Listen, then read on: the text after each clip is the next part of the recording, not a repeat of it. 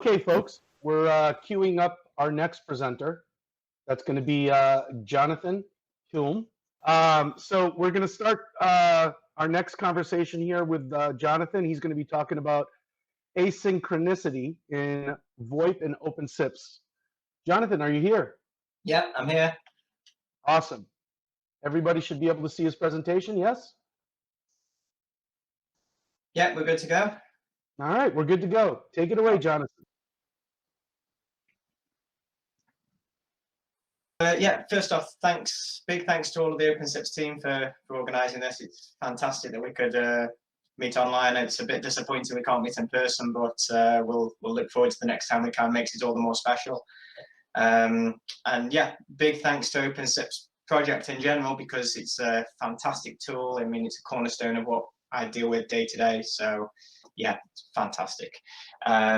So I'm giving it a bit of a technical talk. It shouldn't be too difficult. We'll start off with some basic principles, some conceptual examples. Then I'll move over to a story of a problem that we've had, how we've investigated it, what tools we've used, a short-term fix and a long-term fix.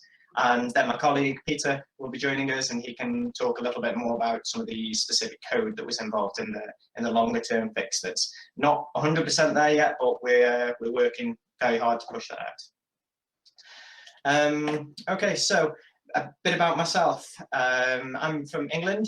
I graduated from Keele University in the UK with a computer science degree and a business administration degree. I write code daily, so every single day tapping away at the keyboard, writing code, making cool stuff happen. Set up my first VoIP company in 2007. Wasn't really a VoIP company when I set it up. It was anything, whatever I could do computing-wise, and it slowly progressed towards the VoIP side of things. We started off reselling a bit of VoIP, and then we built an asterisk dialer. I think a lot of people who get in VoIP end up building a dialer of one sort or another. We did that and we switched it on. And when we were sending calls, we managed to bring down a couple of VoIP networks. This was back 10 years ago. So things weren't, VoIP providers weren't really that stable by then. They were still figuring things out. Everything was still traditional telephony. So this is our first experience with OpenSIPs. So we got OpenSIPs. We used it to implement CPS limitations, and basically this protected the upstream carriers. And then we focused on gaining multiple upstream providers on divergent routes and aggregating the traffic. We did a good job protecting upstream and a good job providing a decent amount of capacity for downstream. Then as we progressed a little bit further, or as I progressed a little bit further, I decided it was time to, put what I've learned into practice with doing another version of OpenSIPs. But this time I thought I'll make it multi-tenant, because we got so much interest from carriers saying this is great, how you're protecting our networks. We want to be able to do something like this. So we shifted into that area. I launched a new company, Connex, moved away from the high call per second traffic, and I started focusing more on the technology. So since then, founded a number of VoIP-related companies in multiple countries. And you've got my details on the screen at the moment. You've got my LinkedIn QR code there. And you can contact me on Stripe or email. So when we set up Connex, I stopped owning any hardware. We started to shift to the cloud. Everything was all software-based. We improved that original 1.0 architecture that we had with DigiPigeon. We launched a new 2.0 version. And OpenSIPs again was a core component of everything that we did. Built an orchestration system behind it, and now we've got the capabilities of instant deployment of servers and load balancers in various countries. A couple of clicks, and you can have your entire VoIP infrastructure set up and running all in the cloud. We're only a small company. We've got about 6 people working for us, but we've got over 150 OpenSIPs instances live. We carry anywhere between 15,000 and 30,000 channels of traffic. Helping out with bug fixes with OpenSIPs, feature requests, commission work. Always want to get a little bit more involved. It's going to be great to actually contribute to something else back into OpenSIPs, which I'll tell you about in a bit. And yeah, that's a little bit about my company, Connex. Oh, yeah. So how we use OpenSIPs. So in 2014, when I launched Connex, we focused on just building a class 4 switch, nice and simple. 2015, we started to play about with load balancing, so we're able to deploy load balancers. 2016, 2017, there's not one specific thing I can say that we were doing. We were just learning, improving, making things better. 2018, we implemented native clustering, and this was a really, really cool feature, because before this we were able to deploy multiple servers, but we had a daemon that had to connect to all the servers, poll it for information, figure out how many channels were going on this server, and then update the capacity limitation on a different server. With the Anycast, with the native clustering, we don't do any of that now. OpenSIPs talks to all the machines directly. It synchronizes the CPS counters on all of the OpenSIPs. It synchronizes the channel counters, so we just don't have to worry about that. OpenSIPs does all of that for us, and it does it really, really well. I went to the summit in 2018, and I learned about Anycast, and it was really cool. It was fantastic. This Anycast network that you could have, it was a completely new technology to me. So you could spin up servers, and they shared the same IP address, but when you pinged them from different locations, you would not ping in the same server, you're pinging different servers. So this seems like a natural progression for high availability. So we tried a few different ways, didn't get it right first, but essentially we built an Anycast network. We call this AnyEdge, and this is basically Anycast as a service. This is primarily used with our infrastructure, but we can do it with bring your own switch. So this is what we're donating for the raffle, 6 months of our AnyEdge product, where you can bring your own switch. You can hit our Anycast nodes and send the traffic back out to your switches bidirectionally, so you can send traffic out through there as well. And again, it's just really, really cool to be able to do something like this powered by OpenSIPs. So it's fantastic. If you're not at the stage where you're doing your own switch with OpenSIPs, which many of you are, because this is full of engineers, we can have a chat about our cloud switch, but we'll make sure that whatever you get from us is going to be good in the raffle. So make sure you stay around for that. Part of 2020, we moved into WebRTC. It was basically a couple of quick asks from our customers. Everybody overnight had to work from home. So we already had WebRTC, but we weren't doing a lot with it. We were playing around with it. But we developed a couple of WebRTC COVID response solutions.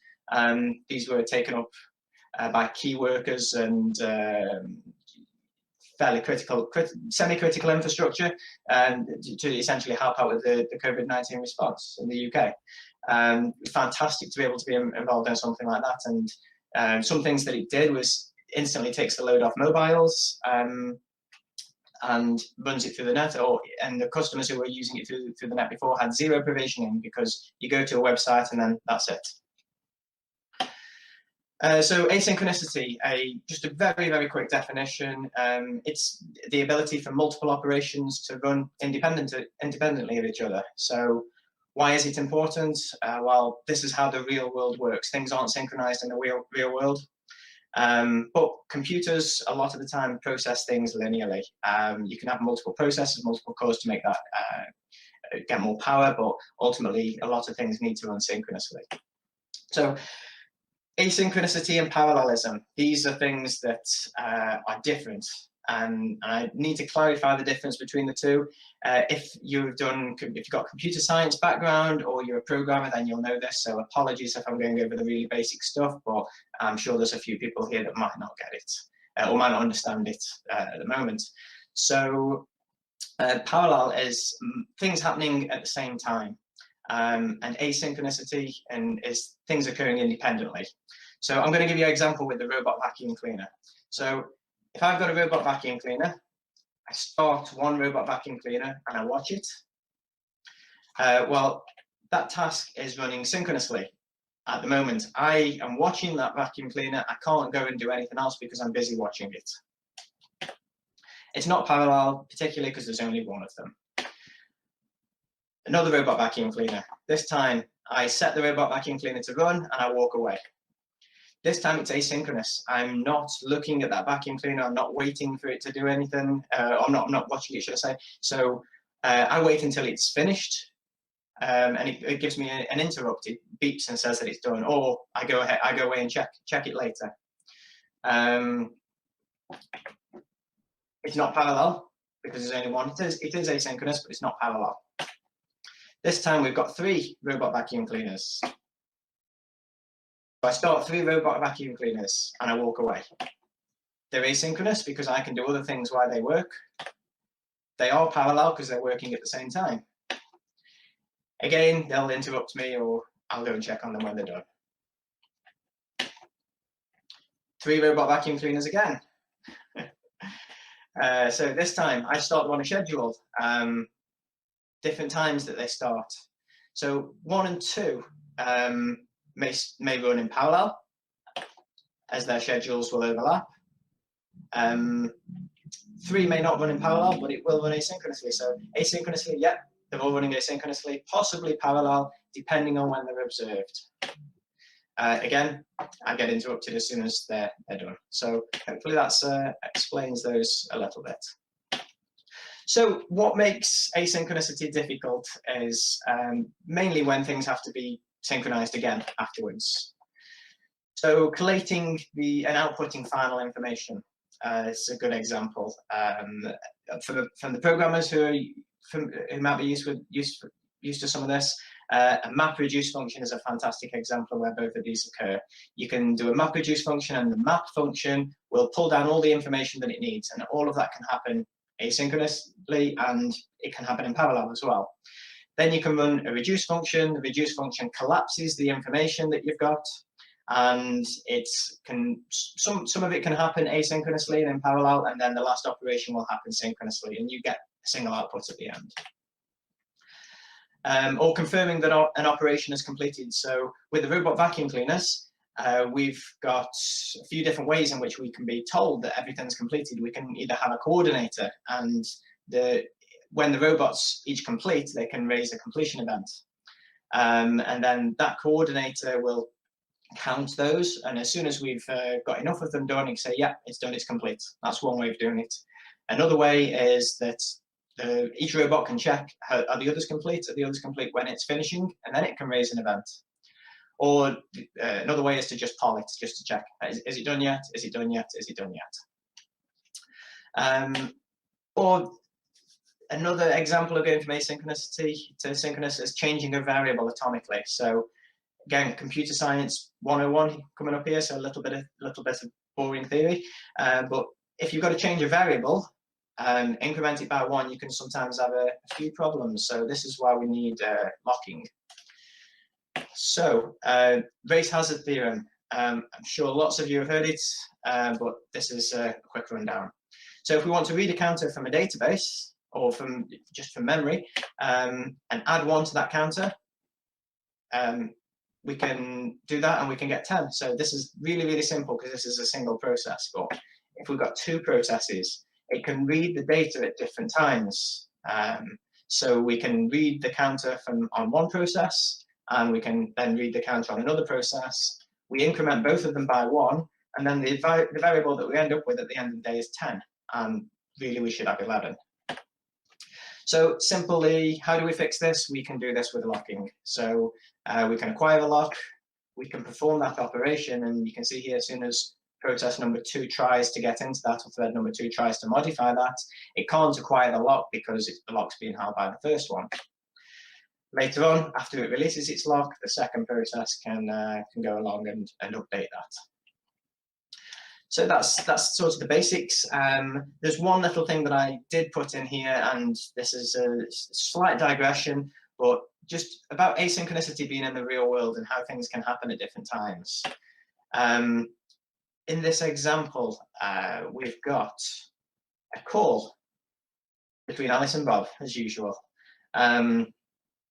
What happens is that Alice, this is over an example over a high latency route. So we're going to pretend that there's 500 milliseconds of latency on this route. More than you'd ever probably have, but it's useful to see. So we can send a call from Alice to Bob.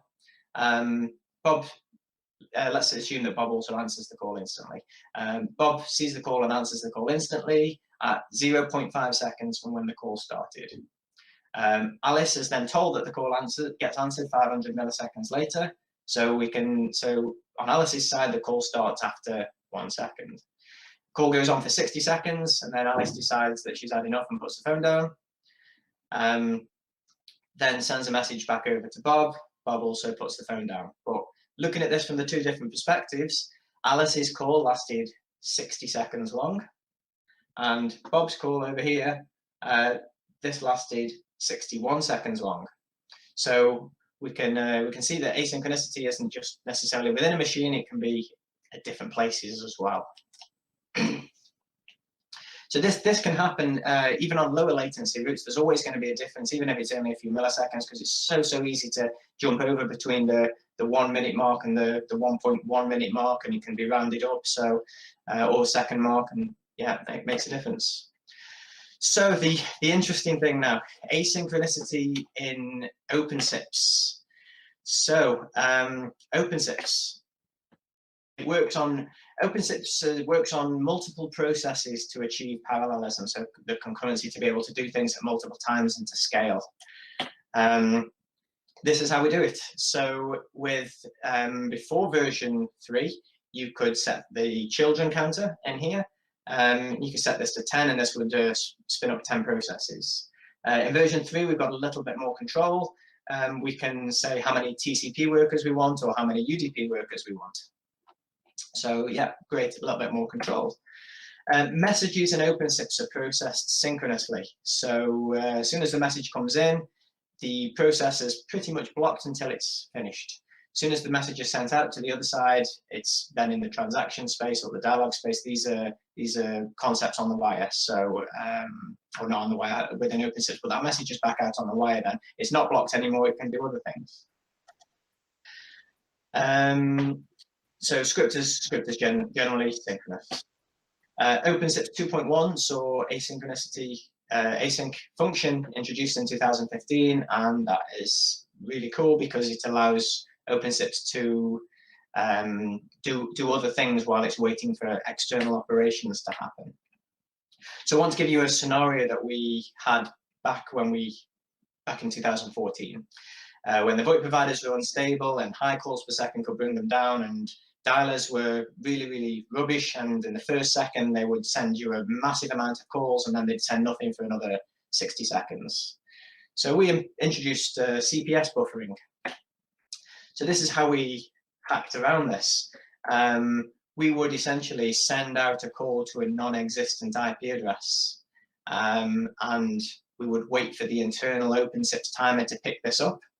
When it picked this up, we would be able to continue sort of asynchronously. So the code was a little bit more complicated than this, but essentially the first, say, 10, 20 calls we'd send through, then we'd pause it, and the next ones would go through, and we just basically delayed a couple of the calls. We increased the post-dial delay on those calls, but ultimately the calls went through. The upstream providers saw smoother calls. The customer didn't complain that calls weren't getting through. But now OpenSIPs 2.1 was it, and 3 with this asynchronous capability. This is what we can do. That complicated code that's a little bit messy, nice and simple now. We can just say sleep. We can say how long for, and then we've got our resume route, which gets called over here after that sleep, after we wake up from that sleep. So 2.0 and the asynchronicity in 3.0 plus is fantastic. So an example of how that came about, this is a HTTP request. So many services are using HTTP these days from OpenSIPs. Typically a call would come in, HTTP request to be performed, and when that gets sent out on the wire, all the time that's been sending, that the external server, the remote server is processing that until the message comes back, all of that's blocked. So that individual process can't do anything at all. It's completely locked up at that point. So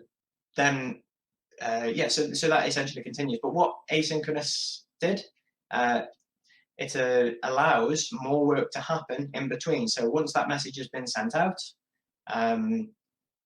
it's gone, and we can do other stuff. So as I mentioned, OpenSIPs is blocking. So we had a problem, and the problem that we had was high capacity traffic that we were receiving. We had poor performance, we had timeouts, we had damaged transactions and dialogues, and things weren't working great. Had a little look into the logs, and this is the type of message that we saw. So we saw this timer ticker, and already scheduled, and now it's running at this time, may overlap. So we wanted to look into this a little bit more, so we started to plot that. So this is, you can't really see many of the scales, it doesn't matter too much, but on here we can see that this problem is definitely load dependent. The traffic is starting at around about 9 o'clock here. We can see that we start to get all of these U-ticker timer errors, and that goes through, and the traffic quality wasn't hugely reliable. So to understand a little bit more about what that is and why that's happening, we take a very, very simple look at what OpenSIPs is doing. This is quite abstracted, so these next few slides aren't going to be bang on exactly what's happening, but it's going to give you a really good idea about what's happening inside that.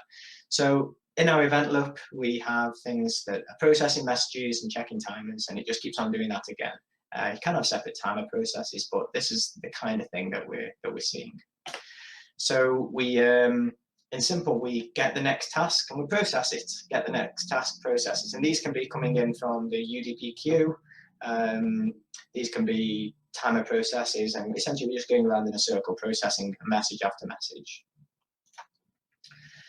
So in this example, we're processing a task. It's an external invite, so somebody sent a call to us. We're going to process that, and then we're going to send the message out to the network. We're also going to set a timer function. We're going to register something in there that will fire 3 seconds later. So if there's no response, we're going to fire a timeout event, and then we're going to do more stuff.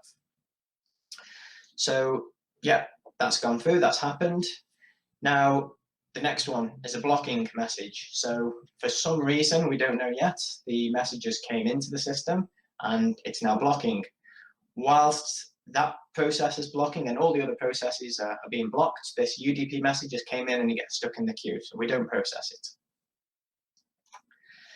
Later on, we after that big message, that blocking message has been processed, we move over to the next task. We go ahead and we process this task. This is in our timeout, the timeout timer. So for that call that we sent out, we're going to, didn't get a reply back, so we're going to do the timeout timer. We're going to process the task, which is,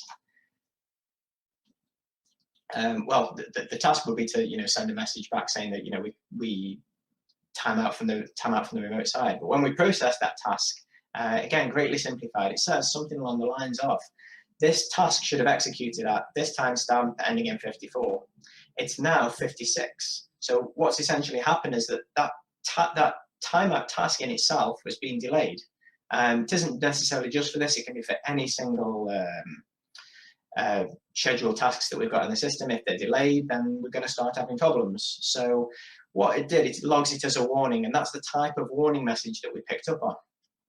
So we needed to investigate this a little bit more. Why have we got a blocking task? So we added this nice little config option in OpenSIPs. If you haven't seen this before, this prints out some useful information about anything that's taking longer, in this scenario, than 60 milliseconds to process. So we got that information, it dumped it all to the log files. Unfortunately, I haven't got an example of the log files, but when we got all of those, we collated them, and this is what we had. So I'm not sure if all of this is visible to you guys or not, but I'll just read out some of these. In here, we've got 41 and 42. These are some internal processes with OpenSIPs. We're not going to worry too much about those. We have got a T-relay in here, but the interesting ones for us is that we've got this RTP delete, RTP answer, and RTP offer. So these three were taking up a lot of time. So just very, very quickly on what those are. RTP offers when we tell RTP Engine that we want to engage a call, so it prepares itself for that first leg. RTP answer is when we want to tell the RTP Engine to get ready for the second leg. And then RTP delete is when we tear down the call. So why is this important? What is this all about? So we're hitting a big bottleneck here, and the bottleneck is if we've got 150 milliseconds latency when we're doing these offers, answers, and deletes, and we've got 30 processes, then each call is going to be locked for 450 milliseconds. That's quite a decent amount of time. That's a long time that we're locking for. So our throughput has instantly been dropped down to 60 calls per second. We can't do anything about that. With those processes, that's it. So the thing is, why is this happening, and why is it happening to us? Well, fortunately, we knew this one pretty quickly, and it's to do with the way in which we've got our architecture set up. We actually don't run our media servers next to our SIP servers all the time. Sometimes we do, but the majority of the time, no, they're decoupled. They can be separate. So a couple of big advantages is that if our customer who's deployed their switch has got their switch in the UK, but they've got a customer and a carrier in the US, well, we can automatically decide to route their traffic or route the media in the US. So we don't have to let the media cross back over to the UK all the time. So you end up with much better audio quality, no latency on those, or much less latency. We've got much more flexible routing in terms of where we can send the media to. We got the capability of avoiding congestion, or at least just trying the media out on a different route. And these can all be done with single clicks. So it's very, very trivial to pick up your entire media and move it from one zone to another. And it reduces single point of failure a little bit more. And we've got our horses for courses with, we're not mixing the OpenSIP server with the RTP server, we're separating them. So yeah, it's great. And also cost effectiveness in terms of, you can deploy a single server, but you can use our media clusters that are all over the world. And, if you've just got a small customer in India, you don't have to deploy a whole separate infrastructure for that. You just shift your media there. So a short-term solution on how we fix this. So first off, OpenSIPs 3.0 to the rescue. So OpenSIPs 3 allows us to do scaling, automatic scaling. Bogdan told us about this and helped us with getting this set up. So we can dynamically scale here. We start off with the amount of processes in here.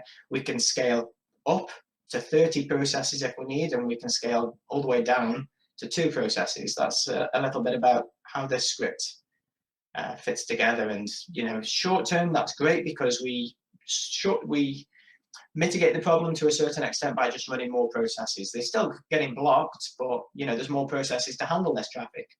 And it's okay, and it works, but it's not very elegant in terms of if this is happening all the time. We want a more graceful solution. So what we're working on is, as you probably guessed by now, we're making RTP Engine asynchronous. So same as HTTP, the call comes in, we perform an RTP Engine offer. At the moment it's blocked, so we can't do anything. We're waiting that 150 milliseconds, whatever, and it's blocked up until the point that we get a reply. What we're doing is we're going to allow asynchronicity there. We're going to allow it to do something else so it can perform more offers, and the process isn't blocked, the process isn't waiting. So yeah, we won't essentially have that problem. So that's going to be great. So we're working on this at the moment, and we're going to be getting this done, and hopefully this will be contributed back to the OpenSIPs team, and fingers crossed that will make it into the standard OpenSIPs release. So I think that's all of the basics of what we're trying to do in the background. I'll leave all of my questions, any questions for myself, till after Peter. I'm going to pass over to my colleague Peter Lemenkov in a sec, and we've been working through this on extending the Asynchronicity API to cover that. Peter's been doing all the work. He's a fantastic programmer on this side of things. But I had to include this picture, the one fun picture I could get to include, because OpenSIPs has got this really interesting memory structure inside called lumps. And every single time we were debugging, I was seeing these lumps fly up all the time. So that's why you've got an image of lumpy space princess over here. So yeah, I'll pass it over to Peter now. It's all yours. Thank you very much.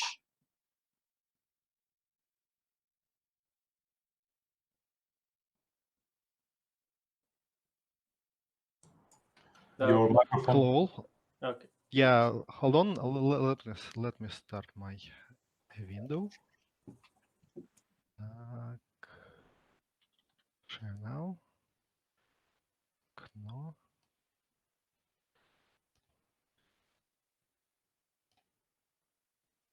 Так.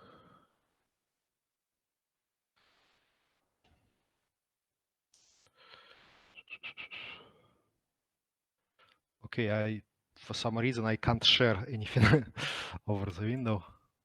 Okay, 1 sec. Probably because Jonathan is sharing. Yeah, Jonathan, could you please Stop, unshare it now? Yeah, Mhm. yeah. Sorry, okay, all yours. Okay. Okay, hold on. Smith. So, okay, present now. Window. Так.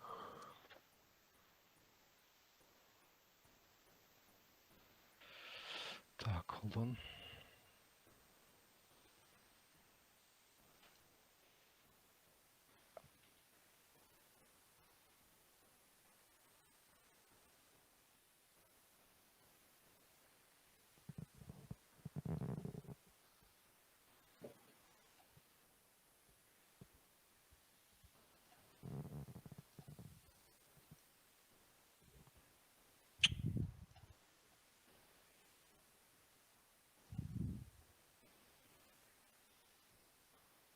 Okay, one second more. Technical difficulty from my side now.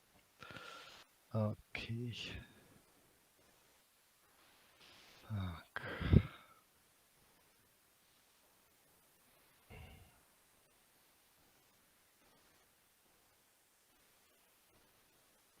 Jonathan, I got a quick question, I guess, while we wait. For the RTP engine sync stuff, you're using TCP or UDP for talking to RTP TCP. engine? TCP, right? As far as yeah. So I guess it should be easy enough then to migrate RTP proxy as well, because I know in version 2 there's also support for TCP. Yeah. Like communication. Yeah. Okay. Oh, yeah. Yes, There is probably. TCP and TCP v6 too. So. Okay. Good. Good. 1 second. So the main thing that we've experienced is that it's well, at least we found that it's a little bit tricky to just get these asynchronous functions to work inside OpenSIPs. They can be a little bit delicate at times, and you've got the problem of these lumps modifying them by different processes when they're not synchronized. And if you modified one and it's not expecting to be modified, you're going to get all these types of memory problems. So it's it's a little bit tricky, a little bit of a minefield to work around and make sure it's all done correctly. It's a little bit unforgiving from what we found, but yeah. Oh, Peter will fix it. If you guys don't know, Peter created was it Erlang RTP proxy back in the day? Was it like 2005 or 2006? Yeah, we were using that Peter's Erlang RTP proxy. So we had that. We played around with that, and that was really good. And we used that for some time. So of all people, you have the best person to make it working. Oh, yeah. Whatever it is, in my view, at least. Nice meeting you, Peter, by the way.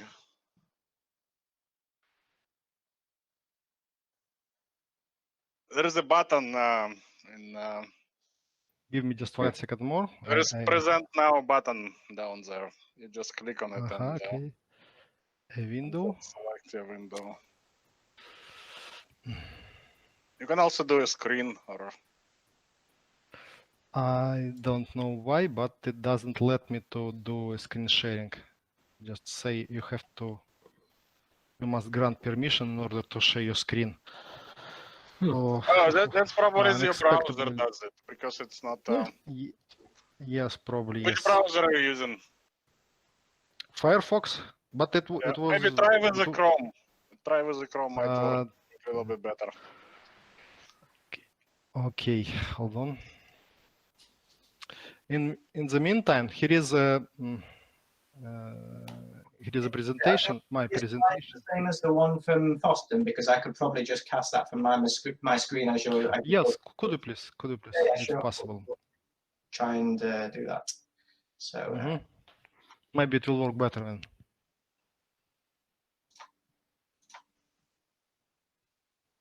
So yeah, just give me a nudge when to.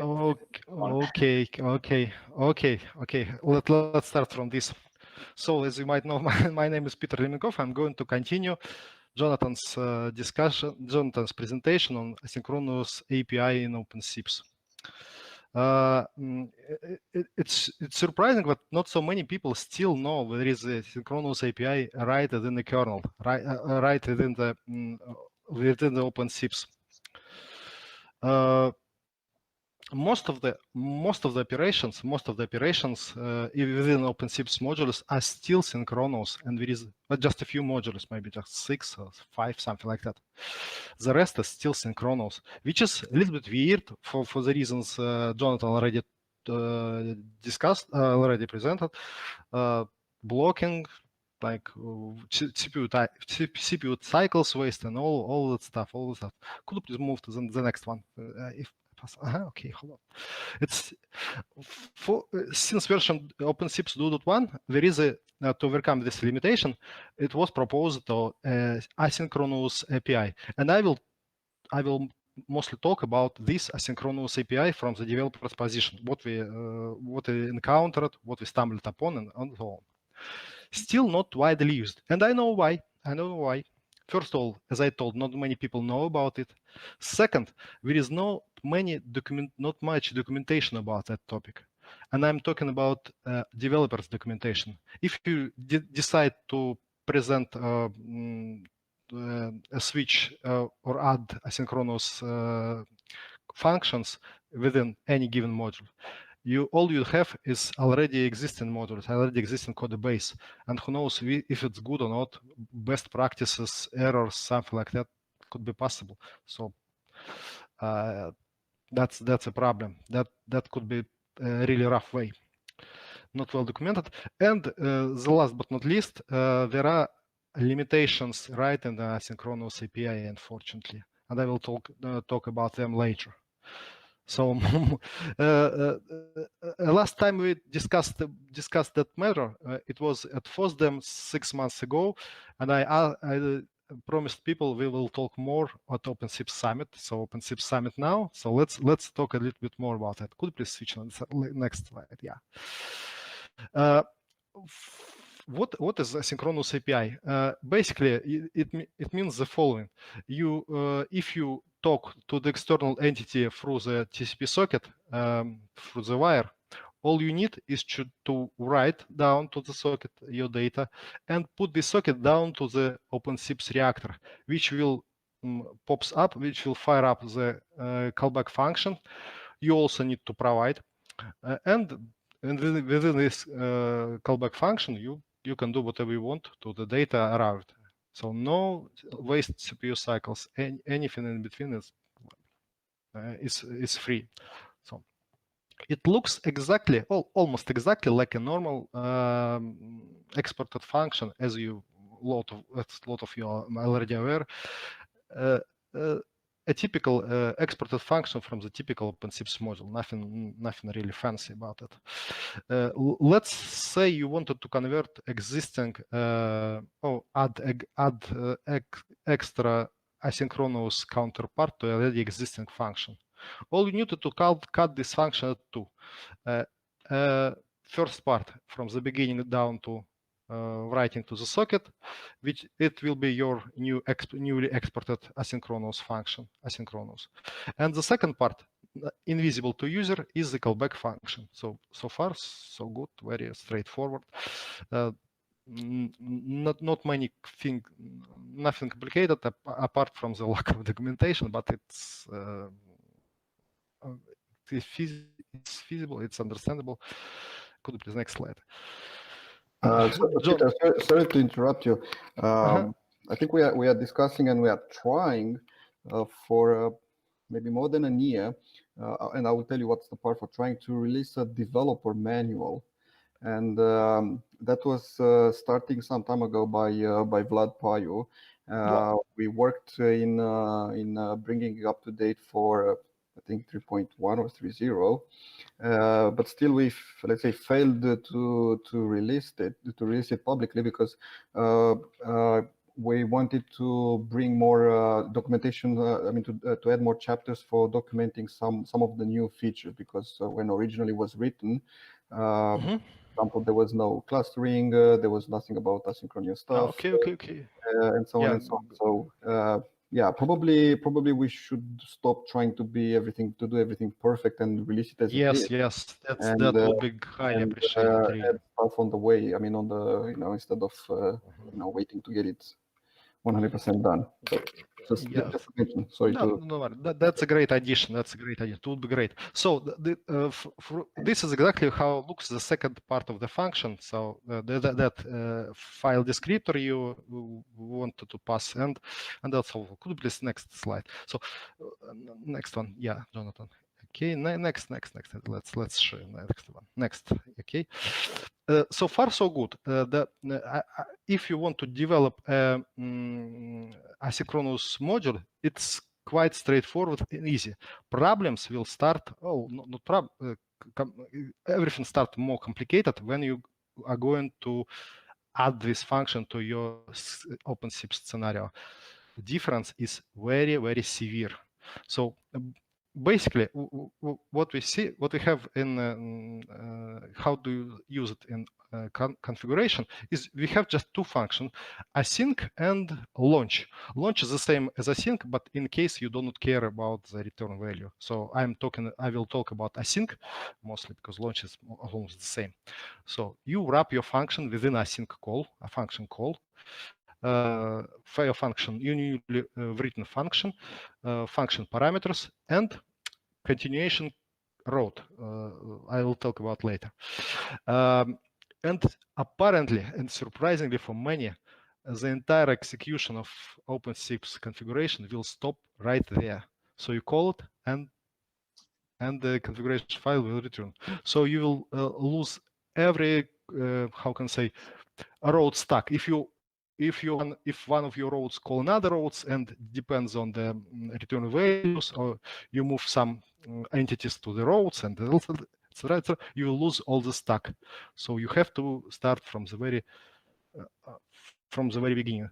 And as soon as the reply arrived, that continuation route will be this reply will be passed to continuation route, and the execution will continue.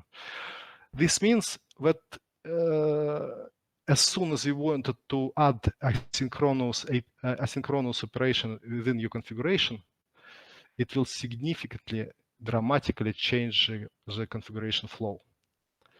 There is no way back. So extra testing, extra debugging, lot of extra operations, and etc., etc. And you can't just async, wrap your function within async, and that's all. That's not possible.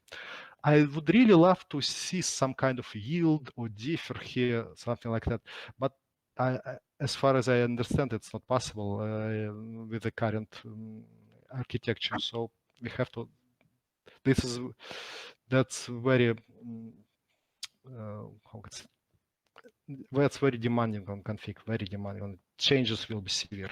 But that's not the only thing. That's not the only thing. It's still manageable. You can like do some configuration, automatic generation of your config files, something like that. Not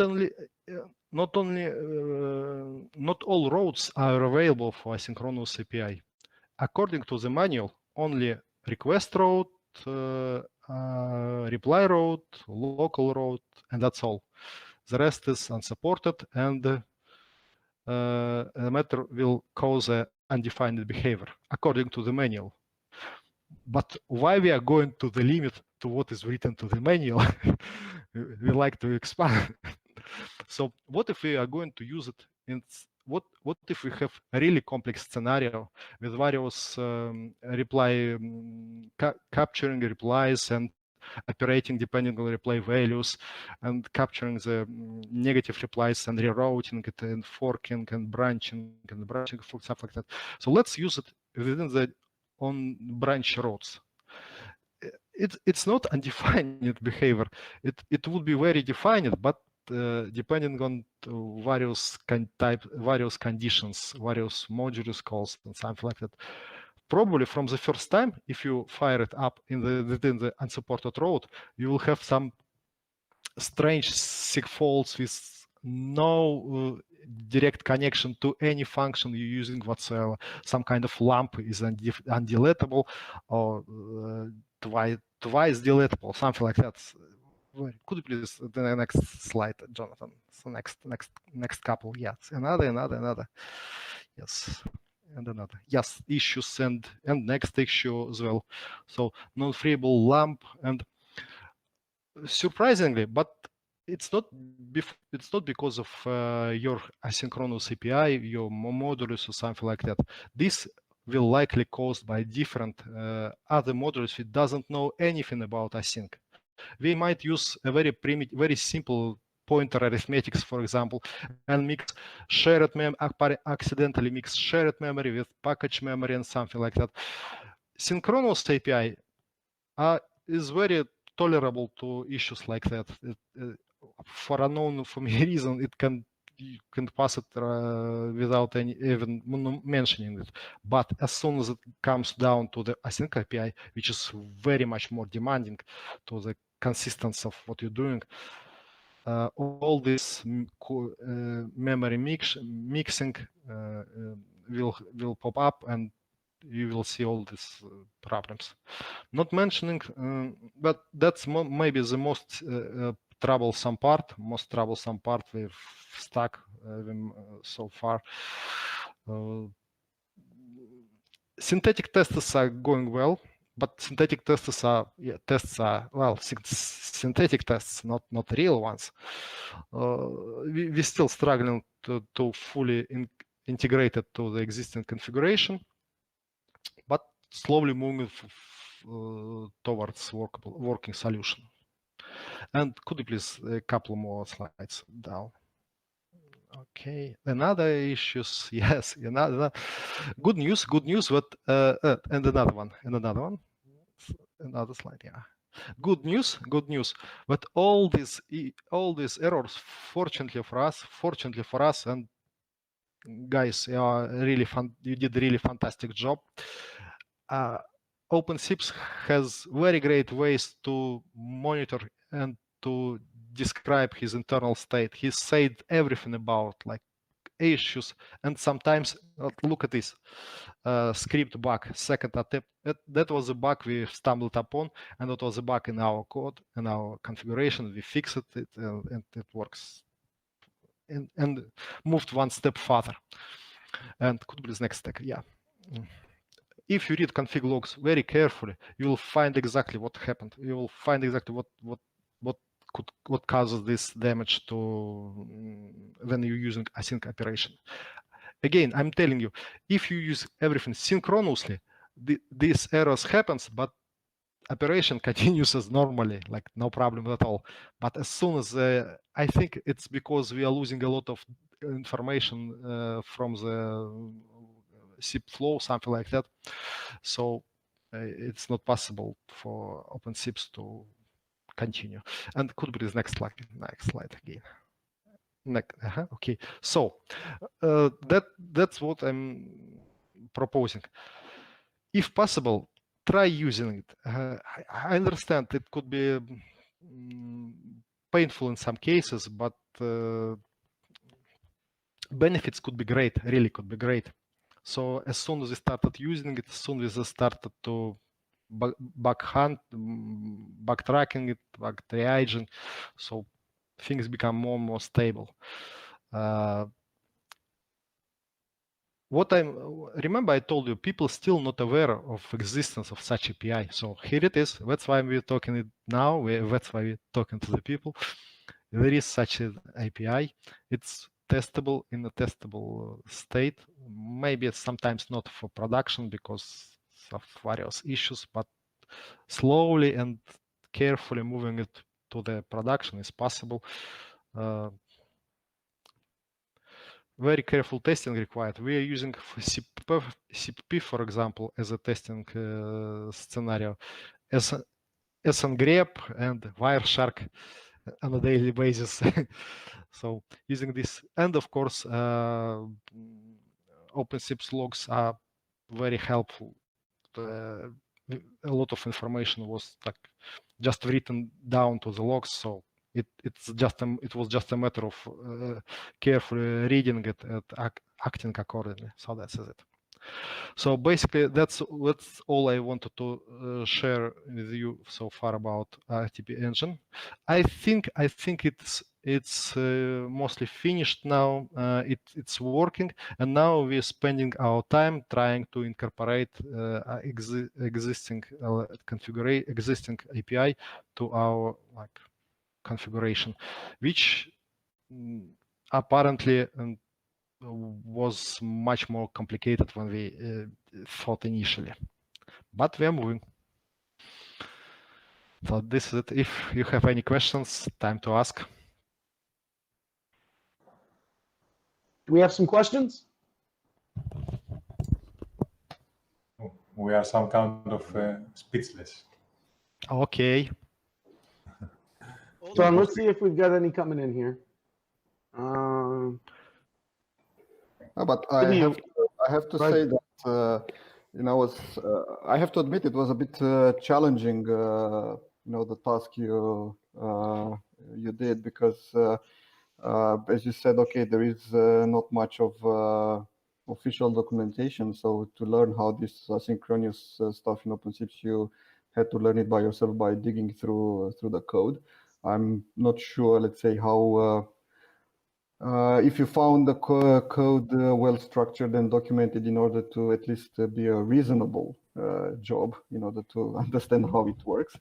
But besides the complexity of the coding itself, we have to consider that all these kind of asynchronous ops, by simple, from logical perspective, they are already complex, because you have to be careful how you keep the data, in what with the resuming, if you have the whole data available with the database connections, generically speaking. So it's not only about the coding, but the design itself. It's a quite complex task, and well done. I'm really pleased to see that somebody else managed to dig in and to make some contribution in that area. We have a broader plans to further expand what we've done already with RTP Engine Module. So speaking about lack of documentation, I think it might be as bad and as good thing if you have a documentation written, so your API will become like frozen to some extent. So you can change it on a good way, in a bad way as well, but change since it's a moving target, it's probably, well, hopefully it's a moving target. So the truth is somewhere in the middle. I mean, let's not go for the extremes, like perfect documentation versus no documentation. These are not the options. Yes. So let's people sweat a bit. I think I got not so much a question as a suggestion, maybe for the future work on this project. The stuff you're doing is, I guess, it's very important and much needed.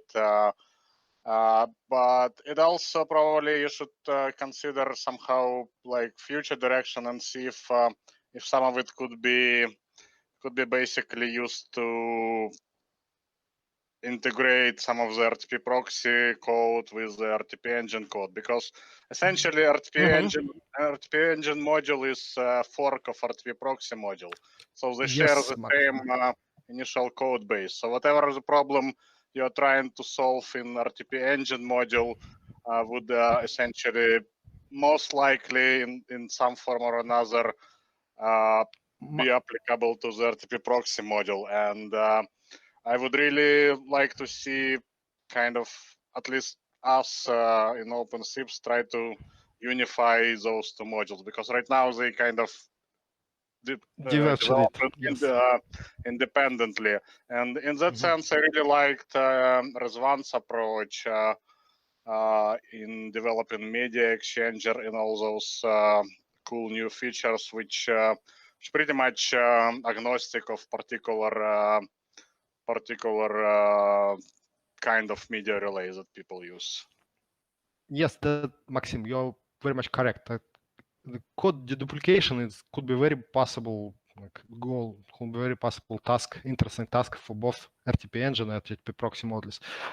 The structure is almost the same. It's still the same. It could be, well, not easily, but it's possible to merge them one to another back or something like that.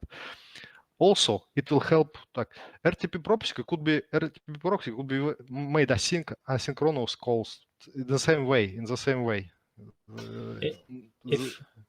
Yeah, I have a small addition here. If you take a look at the code for 3.1, you might notice that we've had this exact problem with registrar and mid registrar. There's a lot of common code, and we wanted to avoid this copy pasting between them, and so we've found like a common directory where to put the code, and this is how we wrote them. So while I am saying that that's a good starting point, I realize that I also have experience between merging modules, and everyone is going to say, oh, okay, Liv, you can do it. So it's, yeah, anyway. In case you're all wondering, Livy, you can do Livy wants a raise. He wants more money, I guess. Look at Bogdan's face. Like, what?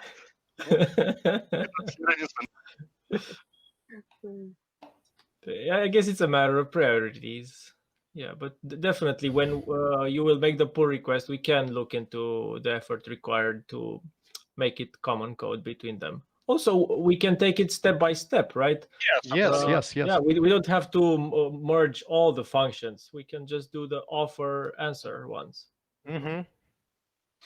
That's correct. That's absolutely sounds like a plan. I'll think about that. So that's all. Thank you for your talk, guys. It was all right. Let's give these guys a round of applause. That was awesome. Thank you so much. Joseph, no, that was exactly why Bogdan made that. Also, I would like to point out that the issue that Peter put in his slides, 1948, has been closed for 6 months now. Shots fired. Right, Shots fired. Yeah, it's not a valid issue. Was it closed by the boss or by us? I believe you took care of it with Peter, and he said it's outdated or something. Okay. Yeah, let me review it all.